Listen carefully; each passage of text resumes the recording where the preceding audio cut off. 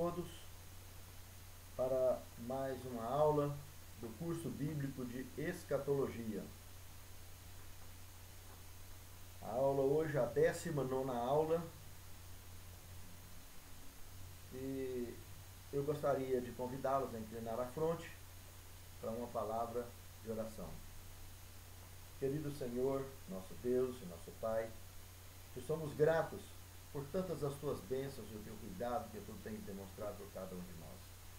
Perdoe onde quer que temos faltado.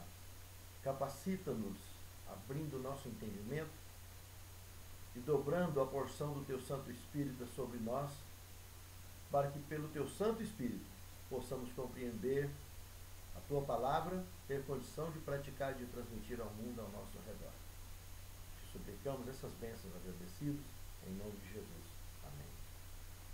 Interessante que ontem nós tivemos às 19h30 a aula com diversos alunos aqui, tinha alunos também no Hangout, e eu entrei depois que eu encerrei a transmissão, eu entrei e gravei, coloquei as descrições do curso, tudo certinho, o nome da aula, eu mesmo acompanhei, tudo certinho. E quando foi hoje, no dia, já o dia seguinte, o pessoal discando para mim, cadê a aula nova? Eu queria assistir a aula nova, não sei o que e tal. Misteriosamente, simplesmente, estava lá tudo que eu digitei sobre a aula e tudo, o que tinha sido gravado, que eu acompanhei o tempo todo, e tem testemunhas que estavam, sumiu do ar. Sei lá, né? Mas aqui estamos com a matéria, estou gravando ela já no estúdio, separado, sem alunos, mas para substituir o lugar da que foi gravada ontem, simplesmente, estranhamente, desapareceu. Não está fora do ar. Mas aqui estamos. A revisão da aula, da 18ª aula, nós apresentamos os 2.300 anos, então, iniciando em 457 a.C., terminando em 22 de outubro de 1844. Começou em 22 de outubro de 457, terminou em 22 de outubro de 1844. Já vínhamos há umas 3 ou 4 aulas estudando. A primeira parte, dos 490, para o povo judeu. Os 1.810 anos restantes, entra as 6 igrejas do Apocalipse, que a 7ª ficaria fora dos 2.300, iniciando com o final dos 2.300 anos. Justamente deixando a ideia clara de que a purificação do santuário prevista e predita em Daniel 8,14 teria início exatamente 22 de outubro de 1844. Jesus sairia do lugar, passaria do lugar santo do santuário, onde ele vinha advogando somente em favor da humanidade, e passaria para o lugar santíssimo, iniciando simultaneamente ao trabalho de nosso advogado, simultaneamente também como juiz. E durante o tempo de graça vai assim, beleza. O dia que terminar a obra de pregação do Evangelho sobre a face da terra, e que tiver começado a última crise, que vai ter mais uma crise de perseguição contra o povo de Deus, ele vai levar e completar aquele número de irmãos que deverão ser mortos, como aqueles da Inquisição estavam morrendo, lá do quinto selo. Aí ele vai dizer, está feito, encerra com o juízo, e quando ele falar isso, cai a primeira praga e separa joio do trigo. Nós vimos que, desde a antiguidade, desde a saída do casal do Éden, foi dividido os grupos da luz, descendentes de Adão, via Abel, que foi assassinado, depois Sete, e filhos das trevas, filhos de Deus, filhos dos homens. Misturaram-se, a terra encheu de violência, dilúvio. Aí na descendência de Noé de novo, as duas linhas, luz e trevas, obediente e desobediente. Aí lá na frente vem então, Abraão inicia um compromisso, um conserto. E nessa linhagem, muita confusão e o tempo todo o diabo tentando perverter a verdade. Quando entra nos 2.300 anos então, nos 490 anos do povo judeu, o tempo todo o diabo tentando perverter a verdade ali dentro. E aí os filhos da luz pregando. O Messias chega. No que ele chega, ele conviveu com as duas relações. Ele viu filhos da luz e filhos da treva, e falou muito sobre isso. E a primeira igreja, então, na morte dele, a primeira igreja cristã, o primeiro período da igreja cristã, chamada de Éfeso, já começou a mostrar, com o nome de Nicolaíta, segmentos religiosos dentro da igreja, tentando perverter a verdade. Na segunda igreja, Esmirna, da mesma forma, na terceira, Pérgamo, e foram mudando os nomes, Nicolaítas, Judaítas, depois Balaítas, depois Jezabitas, e depois misturando de tudo, e foi virando aquela confusão. Sempre as trevas tentando atrapalhar. A cada período, dentro dos 2.300 anos, nos 6 períodos, seguia 6 períodos da igreja cristã e seguia 6 períodos do diabo tentando perverter, colocando o trono do diabo dentro da igreja, esse tipo de coisa, causando um monte de situações difíceis. E o último período lá do lado de fora, então, fica definido. A linha da luz, que igreja que assumiu aquilo, que nós vimos que a única igreja que nasceu dia 22 de outubro de 1844, foi a Igreja Adventista do Sétimo Dia. Dia, mês e ano e localização geográfica apontada lá. Naquele momento, apontada lá como deserto. Então isso não tem como dar errado. Muito bem. Nós temos aí então uma estrutura muito interessante, que a profecia de Zacarias, que nós mostramos no capítulo 5, do verso 7 ao 11, duas mulheres, uma de cada lado, uma representando, mulher representando sempre a igreja, o judaísmo, a outra representando o cristianismo, e carregando uma terceira dentro de uma éfa, levado para a terra do Sinear, simbolismo, apenas para tirar a nomenclatura de Babilônia, porque aquela que estava dentro da caixa era maldade e impiedade de toda a terra. E lá, 22 de outubro de 1844, entra o Apocalipse 17, mostrando que aquela mulher se chama prostituta. E o nome dela é o que hoje nós estamos estudando na aula de hoje, que é a Babilônia. E Apocalipse 17 representa a prostituta, que nós vamos estudar agora. E Apocalipse 12 é a mulher pura, que nasceu no meio do deserto, lá da igreja de Tiatira, e se oficializa então, que lá Tiatira viria ainda aquele período de Sardes, Filadélfia, encerra os 2.300, aí vem a Laodiceia. E na Laodiceia, classifica a mulher pura, então, que é aquela que veio por 6 períodos, e o 7º período dela recebe o nome de Laodiceia, justamente povo justo, o povo do juízo. E aí está. Esse povo nasce no deserto também, onde também nasceu a terceira besta, que é a do mestre da terra, que nós vimos que é os Estados Unidos da América. Muito bem, na aula de hoje então, no Apocalipse 17, do versículo 1 ao 3, temos o seguinte: veio um dos 7 anjos, falou comigo dizendo, veio que tinha 7 taças da cólera da ira de Deus. Vem comigo, mostrar-te-ei a condenação da grande meretriz que se assenta sobre muitas águas, com as quais se prostituíram os reis da terra e os que habitam sobre a face da terra, se prostituíram com o vinho da sua prostituição.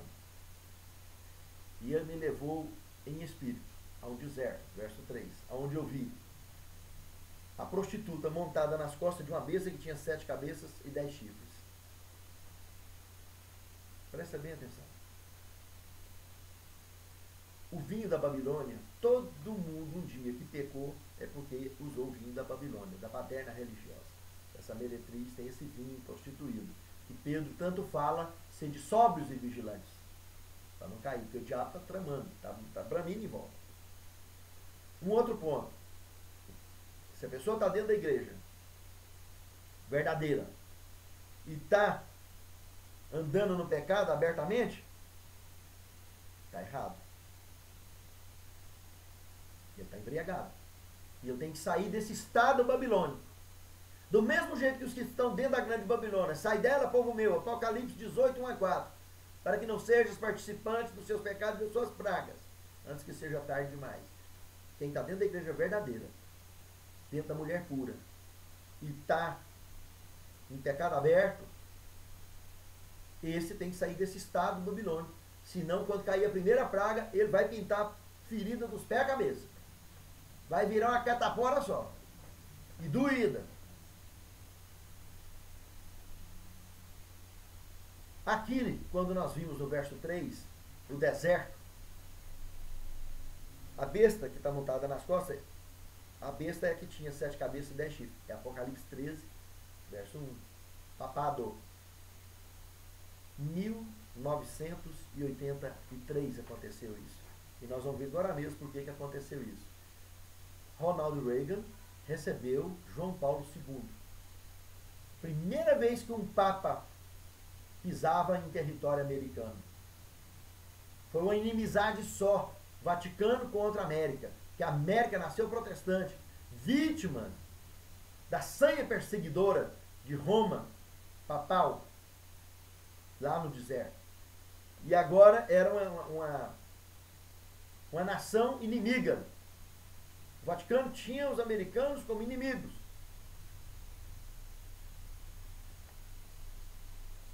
E como que a profecia bíblica, aí do capítulo 17, o verso 3, e o capítulo 13, o verso 12, ambas mencionam que eles se encontrariam, estariam um na presença do outro.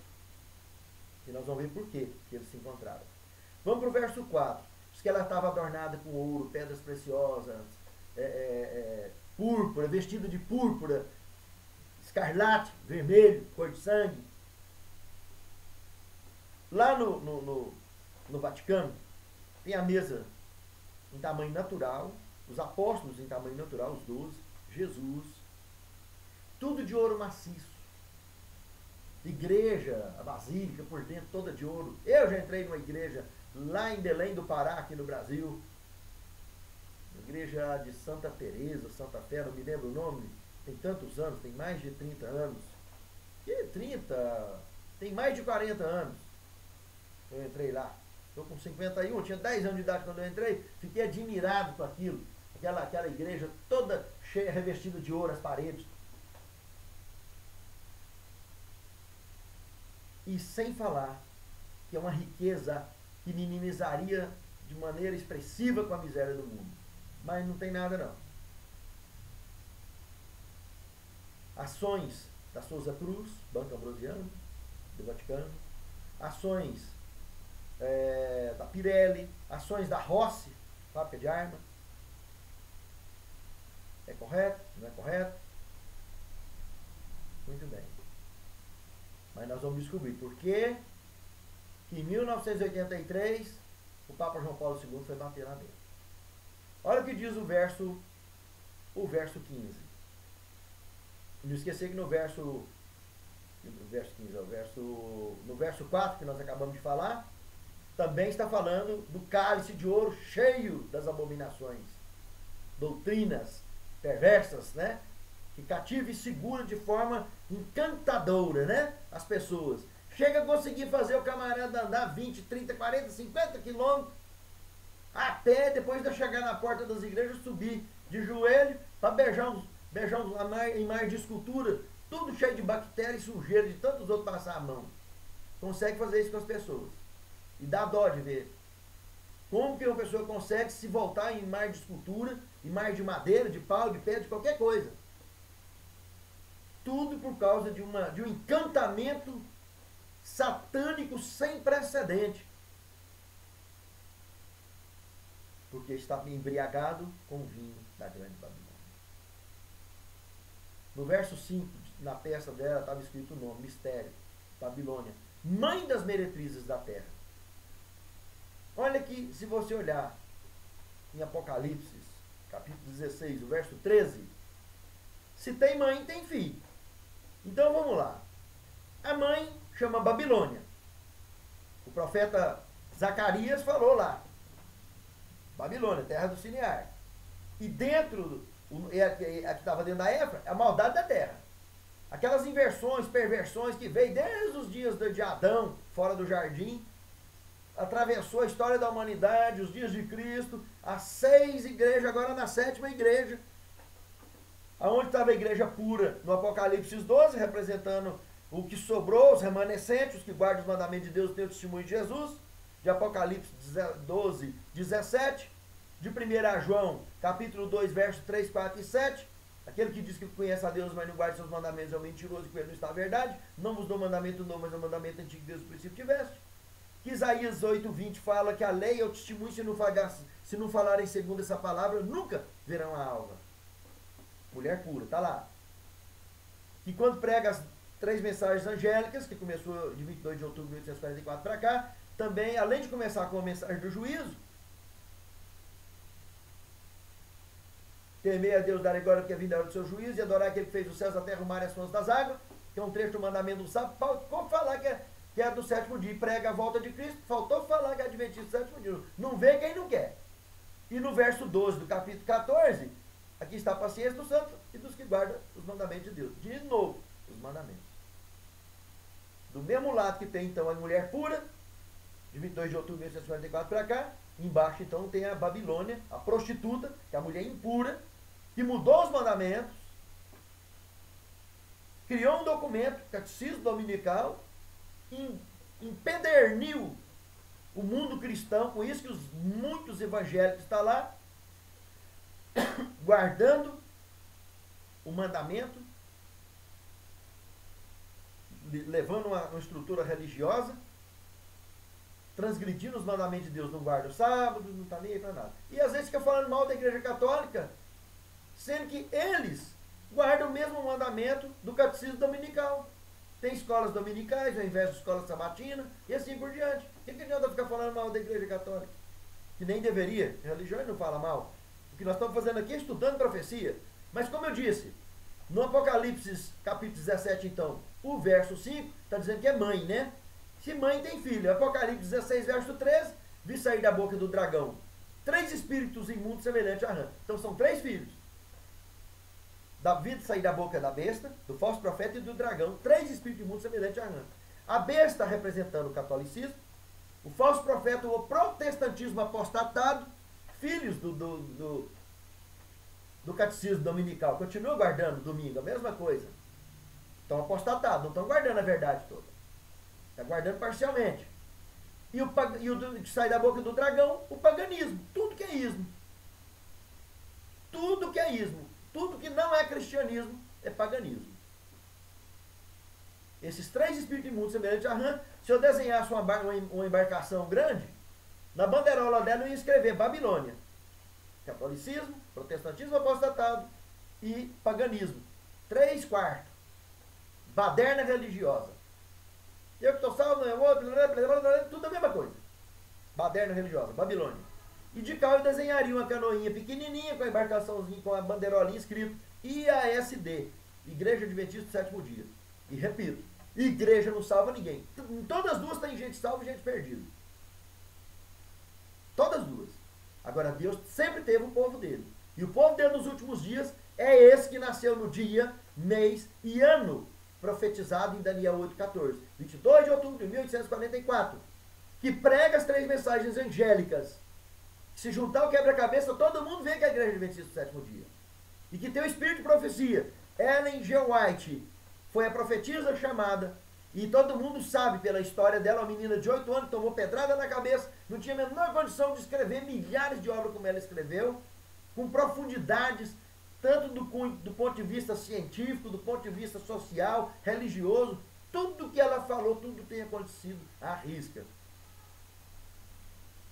E ela não é a santa dos adventistas, nem a Virgem Maria dos adventistas, como muitos maldosos criticam. Não. Ela é uma pessoa, é uma irmãzinha que nós tivemos, é uma líder da igreja, foi uma líder da igreja, como hoje tem vários outros líderes da igreja. Enfrentou todos os problemas, não era nenhuma pessoa, é uma pessoa comum como qualquer um de nós. Como foi qualquer personagem da Bíblia, como nós somos.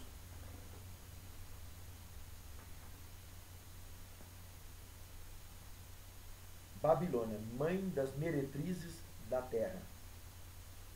No verso 6 do capítulo 17 de Apocalipse, então temos que ela estava embriagada com o sangue dos mártires de Jesus. Presta bem atenção. Aqui começa a engrossar o caldo. Eu descobri no livro que ela escreveu, No Grande Conflito, na página 231 e 232. Nas séries mais modernas, página 234 e 235. Uma extensa obra, uma extensa revelação sobre a ordem jesuíta. E olha que ela viveu entre 1844, como líder na igreja, até 1915, quando ela morreu. E ela escreveu isso antes de 1900, mostrando que a linha da ordem dos jesuítas, essa sociedade secreta, tinha como função infiltrar-se no mundo político e religioso para restabelecer, fortalecer o papado e, trocando em miúdo, limpar a sujeira que a Igreja Católica fez na Inquisição e que continuasse fazendo em qualquer época do mundo, seja com pedofilia, seja com o que fosse. Ela denunciou na sua obra que os jesuítas se esmerariam nesse tipo de trabalho. E fazendo uma busca na história da humanidade, nós vimos que a ordem jesuíta, ela aconteceu logo nos dias de Lutero. Coincidência, né? Lutero conseguiu acesso, então, com a recente criação da prensa gráfica, e começou aos 18 anos de idade, por volta de 1517, já tinha 18 anos de idade, e começou a pregar amplamente, traduzir em diversas línguas a Bíblia. Ele, que era um sacerdote católico, viu que não tinha outra saída a não ser assumir a reforma protestante. E já vinha uma perseguição desde 538 até 1517, praticamente 900 e tantos anos, e ainda tinha uns 300 para frente de matança. E ele resolveu colocar sua vida à disposição de Deus para pregar tudo o que ele pregou, levando com o trabalho dele a obra da reforma protestante à vitória plena. Só que a única saída que a Igreja Católica encontrou para conseguir levar a cabo esses poucos 300 anos, pouco mais de 200, 300 anos que teria para fechar de 1517 até 1798, eles criaram essa ordem, a ordem jesuíta, que o primeiro indivíduo que ocupou esse cargo chama Inácio de Loyola, em 1541. E ele reinou até 1556. Esse camarada, Inácio de Loyola, que fundou a ordem jesuíta, foi nada mais, nada menos do que o primeiro Papa Negro. De lá até hoje, nos nossos dias, já temos 30 Papas Negros. O 30º já está no poder. O 30º que entrou no poder, ele veio substituindo a Peter Hans, que no dia 13 de setembro de 83 entrou no poder, né? E quando foi no dia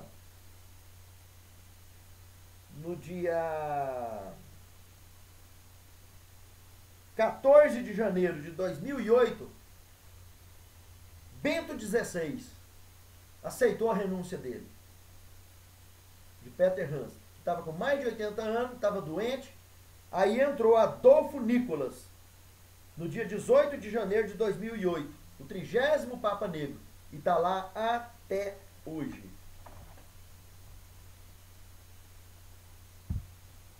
Já ouviu falar de Cavaleiros de Malta? Cavaleiros Templários? Já ouviu falar de maçonaria? Já ouviu falar de P2? A P2 é a maior loja maçônica do planeta Terra. Rito York, rito escocês, num rito. Tudo que é ismo vem por ele. York, escocês, tudo que é cristianismo vem por ele.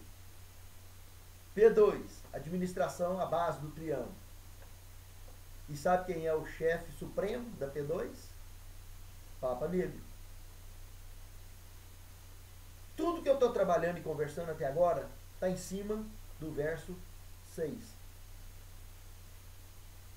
de Apocalipse 17. Presta bem atenção numa pequena pesquisa que está aí na internet. Qualquer um que entrar no Google digita Papa Negro. Vocês vão ver muitas fontes sérias, de documentários sérios, que tratam desse assunto. Vou ler alguns pequenos trechos aqui, para vocês verem que coisa mais terrível. Adolfo Nicolas Pachón nasceu em 1936. É um sacerdote católico espanhol. Propósito geral da Companhia de Jesus, Ordem dos Jesuítas, desde 19 de janeiro de 2008. Conhecido entre os estudantes de crimes católicos como o Papa Negro.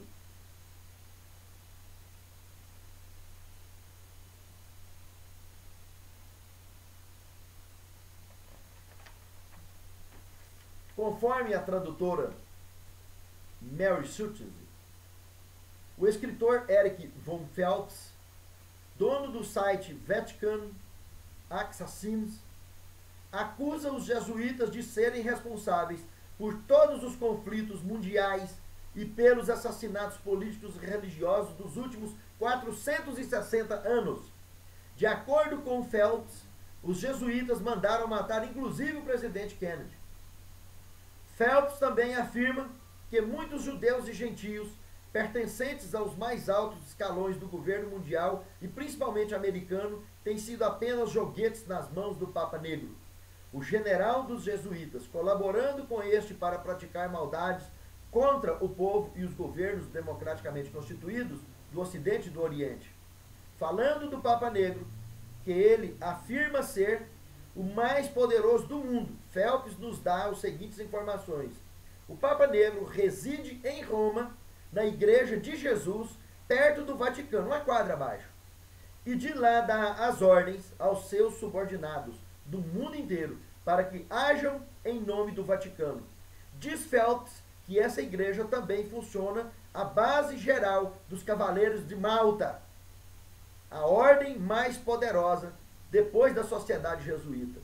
Os papas nada podem fazer sem o consentimento do geral dos jesuítas, o Papa Negro. Os Cavaleiros de Malta são especializados em altos negócios, em atos de terrorismo. O general dos jesuítas, bem como todos os altos dignatários da ordem, são inclusive feiticeiros luciferanos que celebram missas negras vestidos encapuzados de negro, praticando rituais de magia.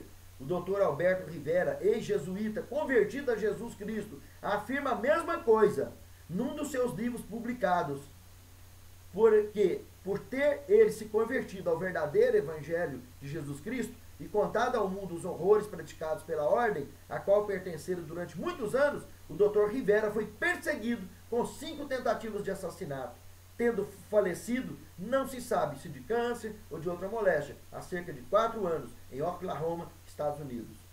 Nesse mesmo livro, o Dr. Rivera conta que após o Concílio Vaticano II, o Papa Negro, que nessa época era o Papa Pedro Arrupe, explicou o que significava a expressão irmãos separados, dizendo que eram irmãos separados para morrer. Esses irmãos separados seriam principalmente os protestantes, judeus, ortodoxos e os mais odiados pelo Vaticano. O Conselho Superior da Ordem é formado por 7 homens da alta hierarquia, 6 brancos e um negro. 7 é o número da plenitude bíblica e também nova-erense. Portanto, tinha de ser o número dos líderes da organização jesuíta, como é também das empresas da sociedade anônima. Esta ordem é uma empresa militar anônima a serviço do Vaticano. Não vou nem ler o resto, porque é muito lixo. Sabendo que existe uma organização religiosa estendida na face da terra com estrutura dessa, para limpar a sujeira do rótulo dessa religião, que dentro vinho de prostituição, como mostra lá o cálice, lá em Apocalipse. Outra coisa também que eu queria mostrar, muito interessante, foi que ele surgiu, como eu disse, em 1541, e em 1546, Martim Lutero morreu. No dia 18 de fevereiro de 1546. Existem duas linhas. Uma linha que diz que ele morreu de AVC, apoplexia, que era o termo usado na época, e outra linha, angina pulmonar. De alguma maneira, essas são as duas linhas que dizem que Martim Lutero morreu. 1541. 1546, a morte dele. Mas olha aqui o que eu vou ler para vocês aqui. Joseph Ignace Guillotin.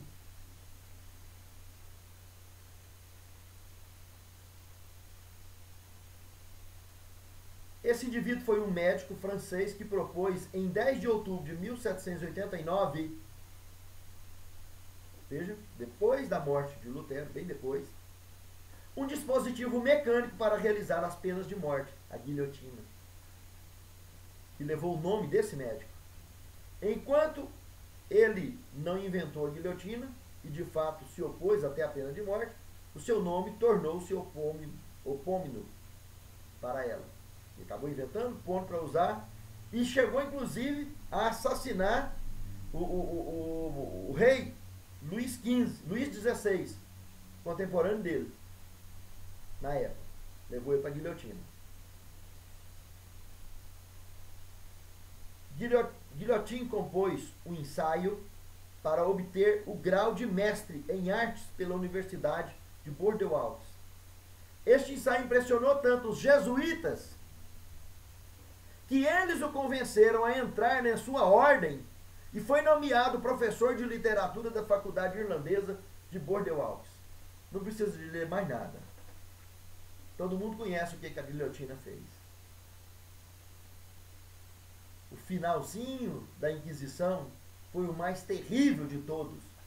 Que o sangue escorria pelas calçadas, parecendo enxurrada. Guilhotina. No cemitério não cabia mais ninguém, jogava nas praias.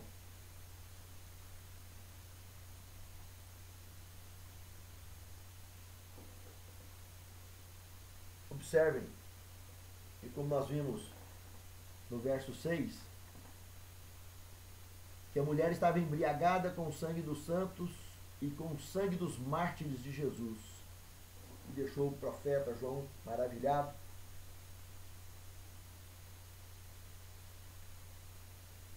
Pessoas de qualquer organização, seja da própria igreja ou de outra, eles perseguiam. Continuou com essa linha através dos jesuítas. É a Inquisição camuflada. Dentro do confessionário, né, já tem um filtro enorme, político, religioso, para ter o máximo de informação necessário para fazer muita coisa. E ninguém cai a ficha. Continua lá. Médicos, políticos, empresários, confissões e confissões. Coisa antibíblica. O véu do santuário rasgou de cima e baixo porque o próprio Deus assumiu isso. Tem que confessar para ele.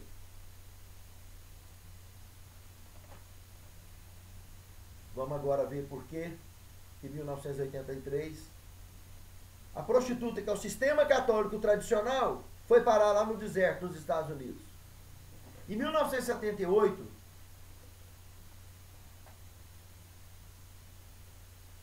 Albino Luciani substitui o Papa que morreu. Albino Luciani, vamos voltar alguns anos antes de 1978, um dia, meados da década de 70, ele chegou ao Vaticano e deu simplesmente de testa com viaturas do FBI, com agentes do FBI dentro do Banco Ambrosiano, dentro dos muros do Vaticano. Foi o Papa. Ele era bispo. Que é isso? FBI, a Polícia Federal Americana, que investiga tráfico de arma, tráfico de droga no mundo, relacionado com máfia americana, com máfia italiana, confusão. O que eles estão fazendo aqui dentro, Paulo? E o Papa, ó, meu filho, descobrir 790 milhões de dólares ou bilhões de dólares em títulos falsos aquecidos dentro do Banco Ambrosiano. E parece que Paul Marcinkus, que é o banqueiro de Deus, estava metido nisso. Mas então tem que juntar esse povo tudo e excomungar? Não, eu já estou velho, estou para morrer. Por volta de 73, 74, eu estava falando isso para o Albino Luciano. E ele mesmo disse, olha meu filho, eu sei que é novinho, que é gente boa, um cara de caráter, de boa índole. Eu vou fazer uma campanha pessoal para que quando eu morrer você ocupe o meu lugar. Vou deixar tudo preparado para que isso aconteça. E deu certinho.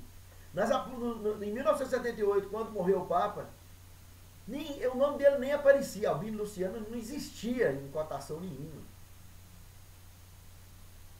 E Albino Luciano entrou. E ganhou.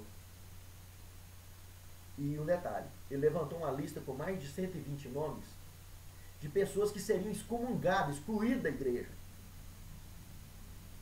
E ele ia pegar a riqueza do Vaticano e ia dar um trato muito arrumado na miséria do mundo. São intenções que ele tinha. Um homem realmente correto, justo e centrado. Ele não gostava nem de andar em lanchas. Ele andava na lancha do Corpo Bombeiro. Era uma pessoa humilde, correta. E quando o povo viu que ele ganhou, a AP2 simplesmente que organiza e tramou todos os terrorismos do mundo, e trama até hoje no mesmo lugarzinho, aonde governo de esquerda, de direita está guerreando para lá, mas lá dentro da P2 é beijinho para lá, beijinho para cá, é amiguinho mesmo, irmãozinho mesmo, fraterno. Seja para vender arma, para vender para outros países, para mostrar como é que funciona, deixa de funcionar, tal, mas tá lá, tudo é tramado, tudo tá lá, negócio de guerra, venda bélica, venda guerra, muita grana, tá certo. Albino Luciano foi assassinado depois de 3 dias e meio de governo. Um dia para cada ano da idade de Cristo. O baixo clero do Vaticano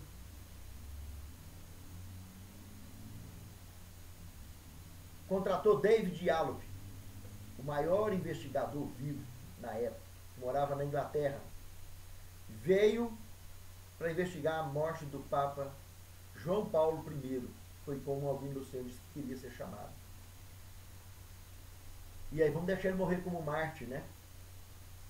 E aí João Paulo II, Karol Wojtyła, estava na lista dos 120.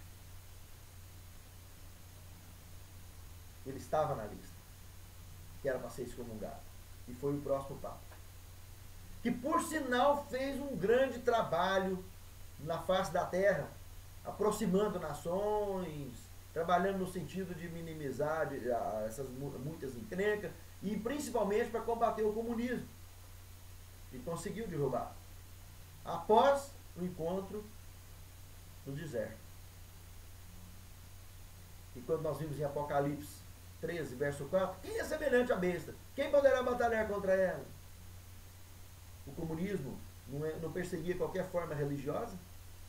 Não é ateu? Caiu.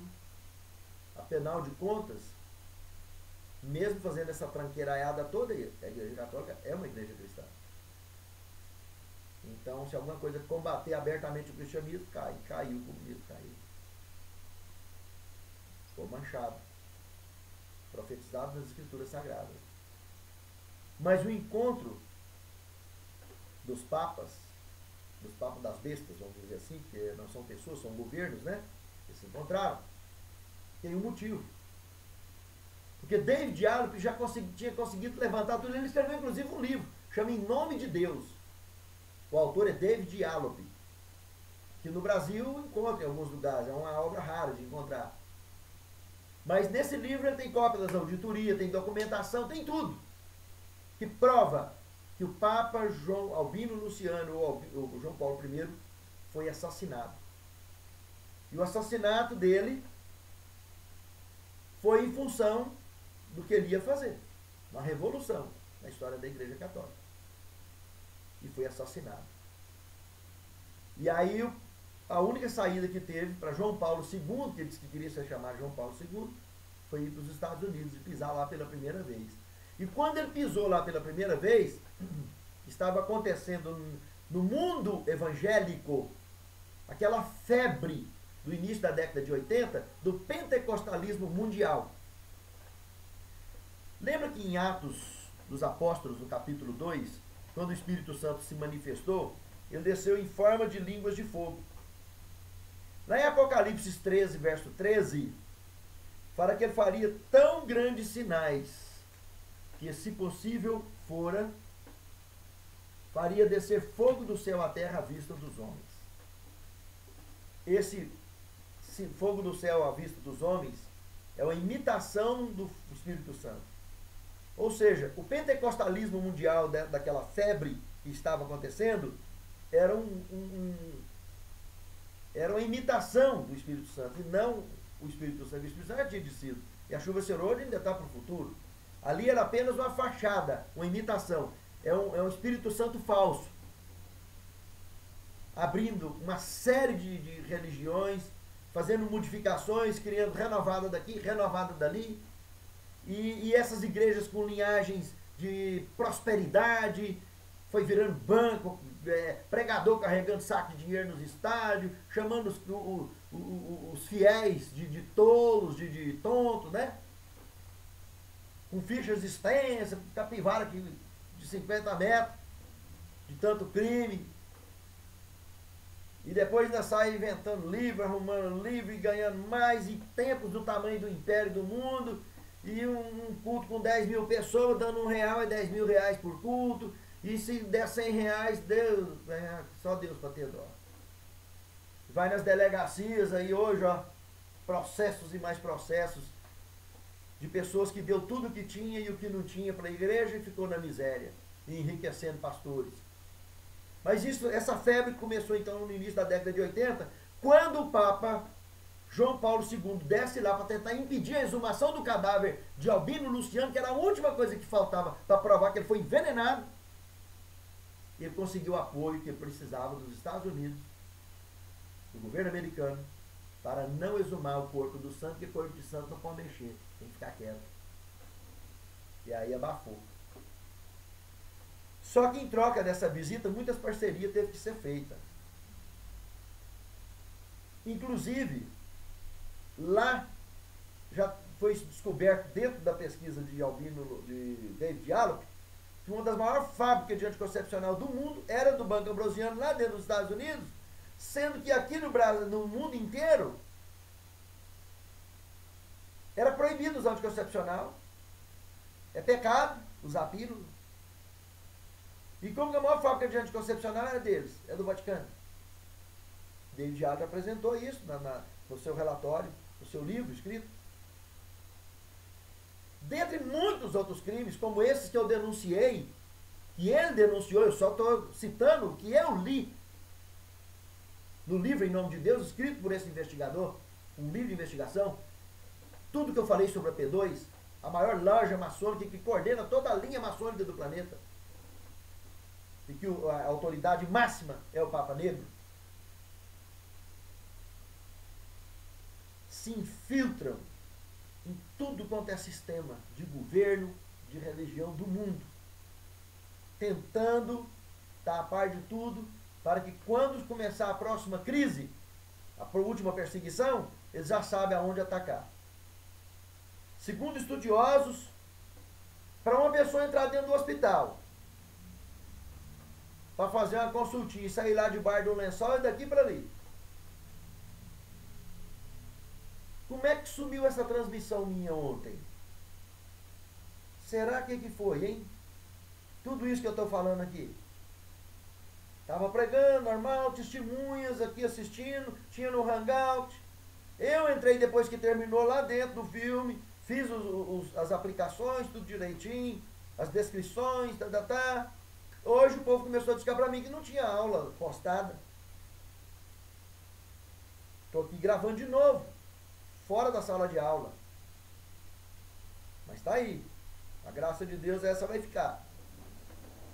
E estou gravando essa aula com suporte de reserva do Movie Maker. Se tiver qualquer problema de lá, eu tenho outra de cá guardada. E que Deus nos abençoe e nos guarde, né? Sempre, para a honra e glória dele. Porque eu não estou falando nada de novo, só estou falando o que eu tenho na mão. São pesquisas, são relatórios, não estou inventando nada. E aí no verso 8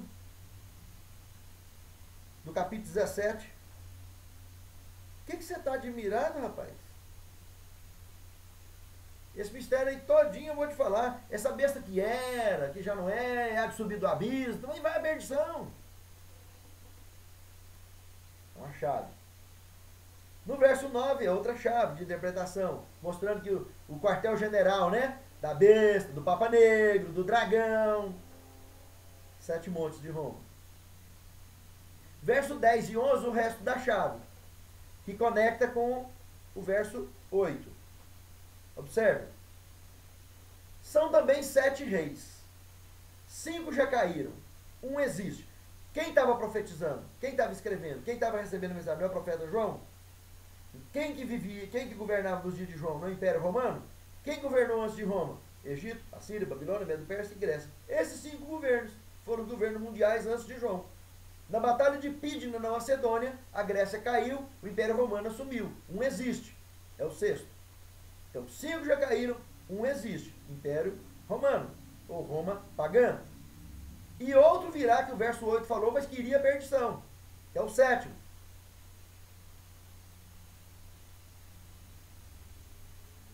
E viria a que vem do abismo, 8º. Mas aí, no verso 10 e 11, diz que ele é 8º, mas ele é do 7. Do mesmo jeito que viria depois a 9ª, que é da terra, o novo governo, que é o governo americano, mas que também é do 7, porque as 3 são as 3 bestas do Apocalipse: Papado, França e Estados Unidos. 3 formas de governo que compactaram a união de Estado e Igreja. E agiram dessa forma na história da humanidade, e alguns ainda agem. O único desses 3 que eu não vejo ainda agindo dessa forma mais é a França. Mas, em compensação, na época da Inquisição, ela declarou guerra contra a Bíblia. Declarou guerra contra a Bíblia, e isso está registrado em cartório. Tem no museu. E pôs fogo, juntou 3 anos e meio em praça pública as Bíblias e pôs fogo. Isso foi representado por Apocalipse 11, a história das 2 testemunhas, Antigo e Novo Testamento, em Paris. Então, aí ela apareceu como besta do abismo, por isso. E o papado está aí até hoje, funcionando em plena atividade, com o Papa Negro e tudo, e Papa Branco junto. E por coincidência, né? O primeiro Papa branco da Ordem Jesuíta está aí. Tem 2 Papas da Ordem Jesuíta agora. Só Deus para ter dó, né? Eu só sei que Jesus falou: muito lobo vestido de cordeiro ia aparecer na história da humanidade, em tudo quanto é igreja. Entra o lobão vestido de ovelhinha, em tudo quanto é igreja tem isso. Não é de admirar, em governos mundiais, em lideranças mundiais também não haja isso, né? Se dentro das igrejas acontece toda hora, daqui e dali tem um tomando calote, tem um pedófilo, tem um... Em tudo quanto é igreja acontecem essas coisas. Crimes, assassinatos, etc. Então, 5 já caiu, 1 ainda existe, outro virá e quando vier vai a perdição. Ele é 8º, mas é do 7. Se é 9º, também é do 7. O último, o 7º tipo de governo, só 7 governos dominou a Terra, como um todo, o planeta. E o último se chama besta. Esse que é o final da história.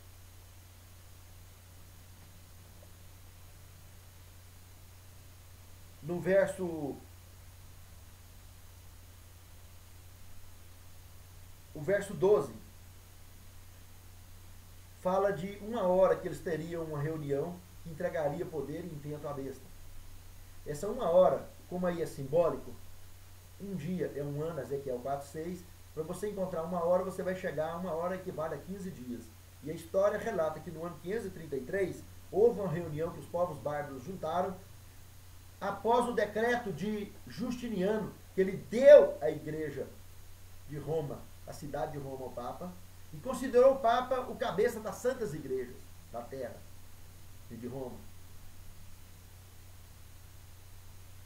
E 3 povos, desses 10 povos bárbaros, que foram os Érolos, os Vândalos e os Ostrogodos, discordaram com essas decisões, que ao fim dessas reuniões, 7 entrou em guerra contra 3. Essa guerra durou de 533 da era cristã até 538, aonde caiu os Érulos, os Vândalos e os Ostrogodos, profetizado devidamente no livro de Daniel, no capítulo 7, o verso 8.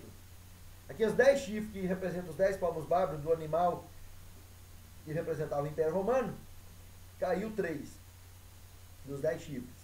E no lugar dele nasceu uma ponta pequena, com olhos e boca que falava grandiosamente. E no verso 5, fala que ele cuidaria em mudar os tempos e a lei de Deus, e os santos serão entregues na mão durante um tempo, 2 tempos, metade de um tempo, que é os 1260 anos, período de Tiatira, nada mais nada menos, está falando do papado.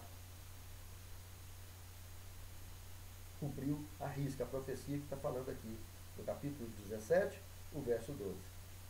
Verso 13, eles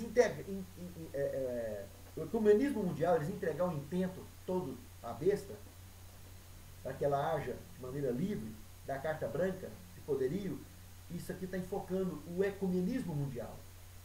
Ela tentando abraçar, perdoar, pedir perdão pelos erros da Inquisição, já vem há anos fazendo isso, e tentando incorporar o mundo evangélico nisso. O ecumenismo mundial é antibíblico, porque luz e trevas nunca vai se misturar. Jamais. Como que uma organização religiosa que prega adoração em imagem de escultura, que o segundo mandamento abomina, isso é treva. Quem morre sem saber disso lá dentro vai ter salvação. Mas quem morre sabendo disso vai ter perdição. Está perdido. É uma fábrica de perdição. Religião não salva ninguém. Mas uma igreja que pega a Bíblia e torce, faz gato e sapato, e torce todo o conteúdo bíblico, não vê quem não quer. É muito grave isso, meus queridos irmãos. No verso 14, também escatológico. O verso 14, nós poderíamos, do capítulo 17, olha o que aqui diz o verso 14. Esses combaterão contra o Cordeiro, e o Cordeiro os vencerá, porque é Senhor dos senhores. E vencerão com ele os eleitos e fiéis. Irmãos, essa última perseguição que vai ter, quem vai vencer é Cristo, é o Cordeiro com os eleitos, com os escolhidos. Quando Jesus falou dessa última tribulação, ele falou que muitos falsos profetas viriam e fariam tão grandes sinais que, se possível fora, enganaria até os escolhidos. Mas é impossível o escolhido ser enganado. É impossível. Escolhido é escolhido.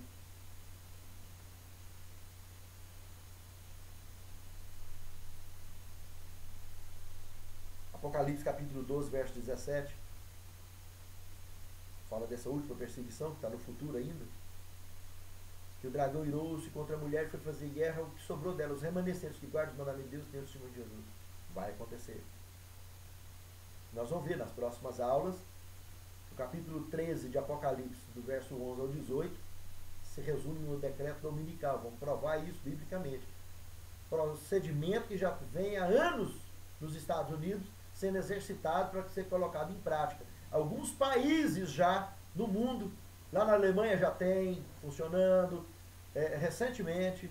Nos Estados Unidos há muitos anos tem vários lugares que já funciona o decreto dominical. O dia que sair a nível mundial é a última crise que começou. Aí pode olhar para cima que já Jesus está voltando. O alto clamor vai fechar, chuva serôdia vai cair, e aí vai encerrar o assunto rapidão. A graça de Deus. E isso está profetizado em Apocalipse 14. E outro detalhe. No capítulo 13, como eu já disse, e no capítulo 6, verso 11, lembra das almas debaixo do altar? Foi lhe dado compridas, vestes brancas. Aguarda, quieta mais um pouquinho de tempo, até que sejam mortos os conservos de irmãos seus que haverão de ser mortos. Igual vocês foram aqui na Inquisição, eles vão ser lá no futuro. Aguenta as pontas aí. Inteirou esse número, eu levanto e encerro o assunto. Está feito. Joga a primeira praga, já separa o joio do trigo. Ferida dos pés à cabeça, dolorida. E vem uma atrás da outra. E no final desse dia da ira de Deus, Jesus está voltando para nos buscar. Apocalipse 18:8. Verso 15, do capítulo 17, é a chave de interpretação. Povos, nações, multidões de língua, águas e profecias são povos, nações, multidões de língua. Verso 16, é o tanque batismal da prostituta. Lembra que eu falei que em 1983 o Papa João Paulo II desceu nos Estados Unidos e estava em plena febre do pentecostalismo mundial, para poder sair de lá falando a mesma língua, na Opus Dei, ele já assumiu o compromisso de chegar lá e estabelecer uma segunda forma religiosa dentro da Igreja Católica, que foi o carismatismo.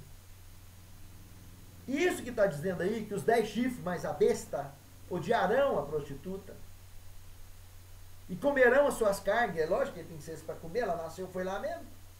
Os 10 chifres, os 10 reis da Europa, né, nasceu lá. Comerão suas carnes. Mas queimará em fogo é a profecia do carismatismo, que é a linhagem pentecostal que nasceu dentro da igreja. Então tem duas modalidades católicas agora. Uma para quem quer ser crente católico e a outra para quem quer ser o católico tradicional, que é a prostituta, né? O tradicional, mais escultura, bababá. Não vão mexer nas coitadinhas das imagens. Porque tem pessoa tão dependente de mais escultura, mais dependente do que alguém com crack. Se falar, o craqueiro, às vezes você fala dele, usar crack, isso aqui, ele larga a maior cara de pau do mundo, sai e vai embora pintar o crack, a mesma coisa. Mas se você falar para um católico que é dependente de mais escultura, que aquilo tem que juntar no saco e jogar fora, ele dá febre, se for de idade, e morre. Dá infarto, dá derrame. Pode dar até tiro. Caso seríssimo. Sabe, meus irmãos?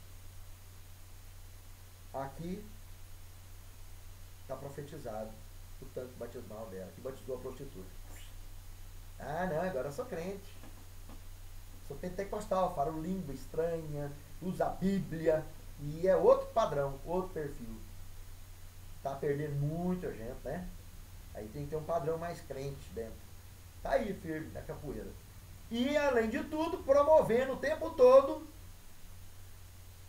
o ecumenismo mundial, que está representado o tempo todo por líderes de diversas religiões, que por falta de conhecimento bíblico, por ignorância da palavra de Deus, está lá, assistindo e participando desses ecumenismos, desses arrastões das trevas. E o diabo deitando e rolando de rir. De ver gente que tem a Bíblia na mão e fazendo um monte de besteira deles. Porque luz e trevas, Jesus foi bem claro, jamais vai se unir. Isso é muito sério. Verso 17. É a profecia da alteração do erro. Porque Deus lhe propôs no coração o executar o intento deles chegarem a um acordo e entregarem à besta o seu reino até que se cumpra suas palavras. Se você pegar, segundo a